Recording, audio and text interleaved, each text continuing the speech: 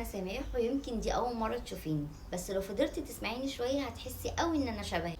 انا ام وست وزوجه وفي نفس الوقت بنت فقدت اهلها بدري قوي. مريت بتجارب صعبه قوي، منها اللي كسرتني وخلتني في وسط الزحمه مش عارفه انا مين. اوقات كتير قوي كنت بحس فيها ان انا لوحدي، مش بس وحدي في الدنيا، لا، وحدي في قراراتي وفي وجعي وفي ضعفي وانكساري وحتى في فرحي.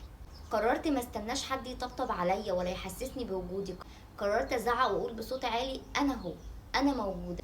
عشان كده عملت القناة دي مش عشان اتصنع فيها ابدا ولا امثل فيها. القناة دي بيت صغير ليا انا ببنيه، مرة بضحكة مرة بدموع، المهم اني انا ابنيه علشان اعبر فيه عن رأيي واحقق فيه ذاتي. تلاقوا عندي فيديوهات تمثيلية عن مواقف بنعيشها كل يوم ويمكن محدش بيتكلم عنها.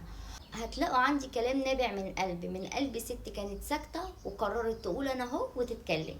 لو حسيتي الكلام ده او حسيتي ان انا شبهك، اشتركي في القناة وسيبي تعليق نحسس بعض ان احنا ظهر بعض ومع بعض، ما احنا الشتمة وملناش حد.